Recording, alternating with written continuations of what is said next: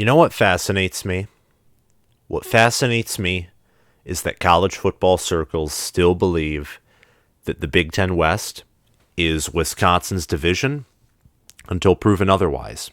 When for the past 2 years and the year 2018, it has been exactly proven otherwise. It's just absolutely stunning. Absolutely stunning. And finally, Wisconsin, I will give them credit for trying to change. Joe Rudolph left, and I presumed he was somewhat pressured to leave, took an inferior job at Virginia Tech to be their O-line coach, and Wisconsin hired Bobby Engram as their new offensive coordinator. And Engram had worked with the Ravens. The Ravens have been a successful franchise for years under coach John Harbaugh. They've had good tight ends, which was the most recent position Engram coached. So I will credit Wisconsin for at least trying to, bring someone in new, bring in a new face. But that doesn't still necessarily mean new ideas or better execution or better quarterback play just because there's a better OC. Graham Mertz is still an atrocity of a quarterback. I think he is something like bottom half of the country in quarterback rating according to ESPN. It's horrible. Absolutely horrible. And the team's offense has been no better in the past 2 years. The offense was also pretty brutal in 2018 as well. 2019 was the last time Wisconsin won the West, and they weren't even projected to win the West that year. Nebraska and Iowa were tied first for being projected to win the West by analysts. The only time that at least I can remember that Wisconsin was projected to win the West and they actually won it was 2017. It's 2018, 19. It was that's 5 years ago. 5 years ago. Now that we're in 2021, Wisconsin was projected to win the West, and they actually did it. So I'm only talking about this because I'm interested to a certain degree, more so privately, as Wisconsin does not have a big fan base and they're not the most exciting team to talk about. But Wisconsin is interesting. They have a solid defense. They do more with less. And they're kind of what what college football fans think of, or what we think of as Iowa, but they normally have better offenses. They're more flashy, especially in their run game. They're not as boring, or they're not the team that literally says, quote, punting is winning. So, yeah, that's like case in point. But I am interested in Wisconsin football. And they have such good defense. They know how to develop running backs. Paul Chryst is a really good coach. And they haven't been able to get over the hump and, beat Ohio State or win the Big Ten.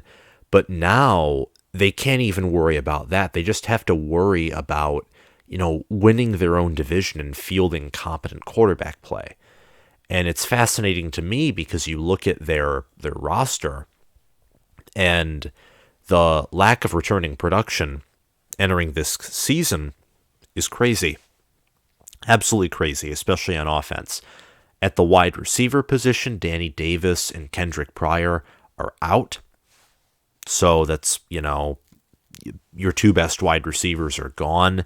Jake Ferguson, a good tight end. He was the best tight end in the Big Ten, I believe. I think he was first team or second team all Big Ten. He's gone and off to the NFL. John Chanel, the fullback, is also out. And two offensive linemen, left guard Josh Seltzner and right tackle Logan Bruss, are also both departing. So right there, that is 6. 6 out of 11 offensive starters are gone. And that's tough, especially when one of the returning starters' name is Graham Mertz, who basically holds the offense back rather than put it forward. He had a 10 to 11 touchdown interception ratio, which to me is absolutely fascinating. That's Spencer Petras levels of bad. Braylon Allen and Ches Malusi, that running back duo, to me is the team's hope, along with the fact that they return the majority of their offensive line. To me, at least, that's the hope for Wisconsin, is that you return a good offense, if you're a Wisconsin fan, a good offense in the run game. You have a good O-line, good running backs. By offense, I didn't mean to say that. I meant to insert the word run in there. If you can have an elite O-line and an elite running back duo, you can probably hide the foibles of Graham Mertz until the Big Ten championship game or until you meet a good Big Ten West team. And speaking of that, there are a lot of good Big Ten West teams on Wisconsin's 2022 football schedule that we'll be talking about. Wisconsin also on defense loses a lot as well. They lose defensive end Matt Henningsen, and they lose inside linebackers Jack Sanborn and Leo Chanel, who are probably the two best defensive players. Wisconsin also loses cornerback Fayon Hicks, cornerback Caesar Williams, and strong safety Scott Nelson. Wisconsin, however, is using the transfer portal and is bringing in 3 cornerbacks, one from UCLA, one from Kentucky, one from Toledo. They're bringing in a wide receiver from UCLA as well, and a kicker, I think, to replace Colin Larsh as well. So that to me is interesting, and it is promising for Wisconsin, as you obviously need to replace departing members of the secondary. But you look at the 2022 schedule, if you're a Wisconsin fan, and there are games at Ohio State, September 24th, at Michigan State, October 15th, hosting Purdue, October 22nd, playing, I'd count at Nebraska, November 19th, as they've brought in quarterbacks who are arguably less mistake-prone than Adrian Martinez is. November 26th against Minnesota, they're a rival team. They have a good run game. Tanner Morgan, with Kirk Shiroka back as their OC, could rejuvenate himself as a QB. That's November 26th. Like half of Wisconsin's schedule has teams that could totally beat them because they have competent offenses. You do realize that, right? Now, that's probably not going to happen. Wisconsin, just like Iowa, sometimes finds ways to win despite their ancient offensive scheme and ineptitude at points, which is what makes Paul Chryst and his staff overall a good coaching staff, and Paul Chryst overall a good head coach. They know how to coach. They can game plan even with limitations. But Mertz and the scheme that was ran these past 2 years is a big problem. Wisconsin will beat Illinois State on September 3rd. They'll beat Washington State September 10th. They'll beat New Mexico State September 17th. But Ohio State on September 24th, I see that honestly as likely an L. Illinois for October 1st, I'd say that probably is going to be a win, as Illinois loses a lot. At Northwestern, October 8th should also be a win. At Michigan State the 15th, and hosting Purdue the 22nd, though, with how Wisconsin has been, I cannot see those being victories with the losses on defense and offense, and the fact that both Michigan State and Purdue do have powerful offenses in themselves. Granted, Michigan State's losing Walker, Purdue is losing David Bell, but still, you got a better offense, or they do, than Wisconsin. They'll probably eventually wear Wisconsin's defense down, as that tends to happen when your team has a good defense but a bad offense. The defense wears itself down. October 29th is a bye week, but Wisconsin returns home to face Maryland the 5th, which should be a win. At Iowa, that'd be a tough one, but a part of me does indeed want to go with the Hawkeyes. But I'd say a toss-up. Iowa doesn't have a good offense either.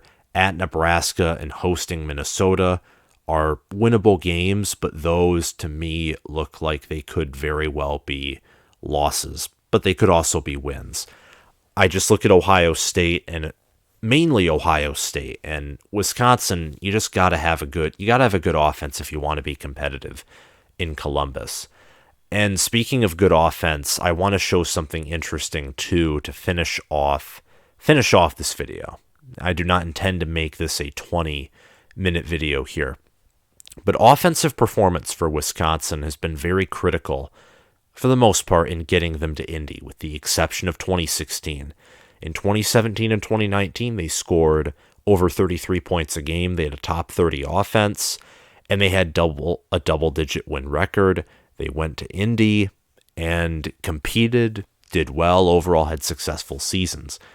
2018, under 30 points a game, 62nd scoring offense in the country. They went 8-5. 2020 and 2021 were about 25 points a game. They were not even top 80, and 4-3 and 9-4 respectively. They did not reach Indy, though the 2021 team nearly came in reach of going to Indy. They probably would have been very similar to the 2016 team if they did that. Honestly, they probably would have went, 10-4, performed pretty similarly to the 2016 team, where it was just really solid elite defense, mediocre, below average bad offense, but just good enough at times to keep themselves moving and just to put themselves in a position to get to the important games.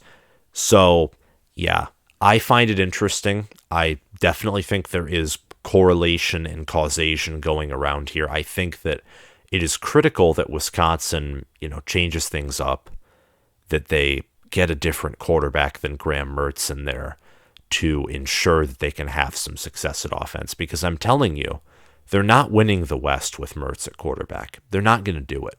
Minnesota returns Morgan. They bring back their OC. They bring back their good running backs. They got some transfer portal additions to help out with their losses at O-line and other positions. They have a solid defense as well. Nebraska is a team that I'm constantly on the lookout for, and Wisconsin has to travel to them. Iowa returns a lot on defense, and, that's another away game for Wisconsin. And they also play at Michigan State, at Ohio State. Wisconsin does. Purdue returns their good quarterback. Graham Mertz's play, combined with Wisconsin missing pieces on offense, like receivers Danny Davis and Kendrick Pryor and tight end Jake Ferguson, is just going to make him an even worse quarterback. Unless he is somehow miraculously developed and changed, he's not going to have as good receivers or tight ends to target.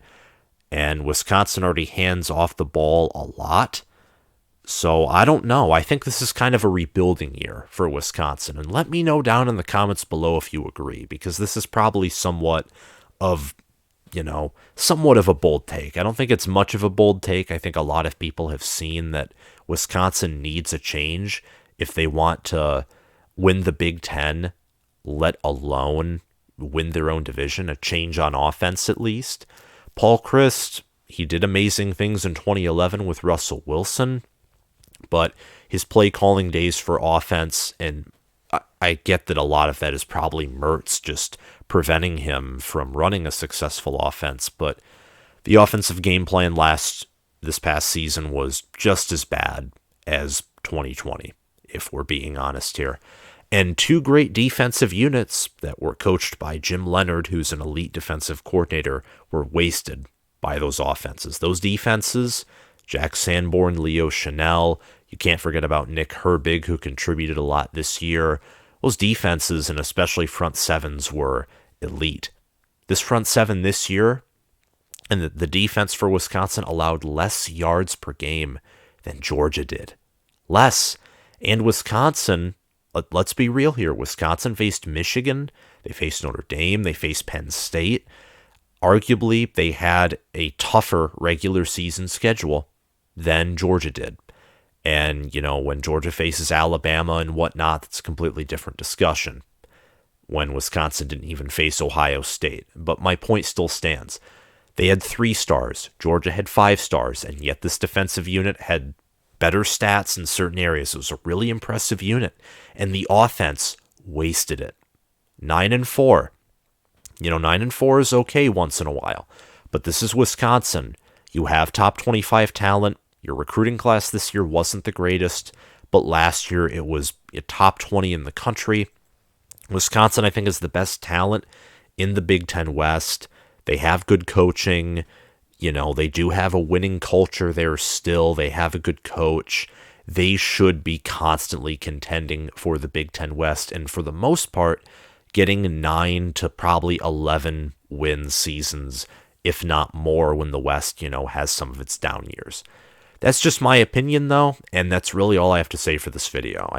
I think that Wisconsin now needs to, instead of being given benefit of the doubt, they need to prove themselves entering this season. There's a lot of teams in the West: Purdue, Nebraska, Minnesota, Iowa, heck, even Northwestern has come out of nowhere some years, and we've seen, everyone who's a college football fan has seen Brett Bielema win the Big Ten.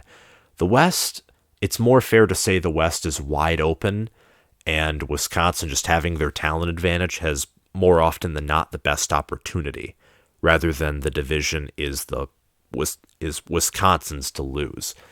The West is just chaotic. It's unbalanced. The East is the superior, more consistent division. If we're being real, just by talent, program status, the West is truly the wild, wild West.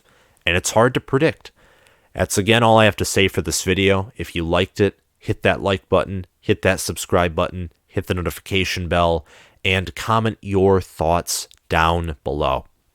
Do you think this is going to be a rebuilding year for Wisconsin? Let me know down below. Thank you all for watching, and I'll see you guys around. Bye.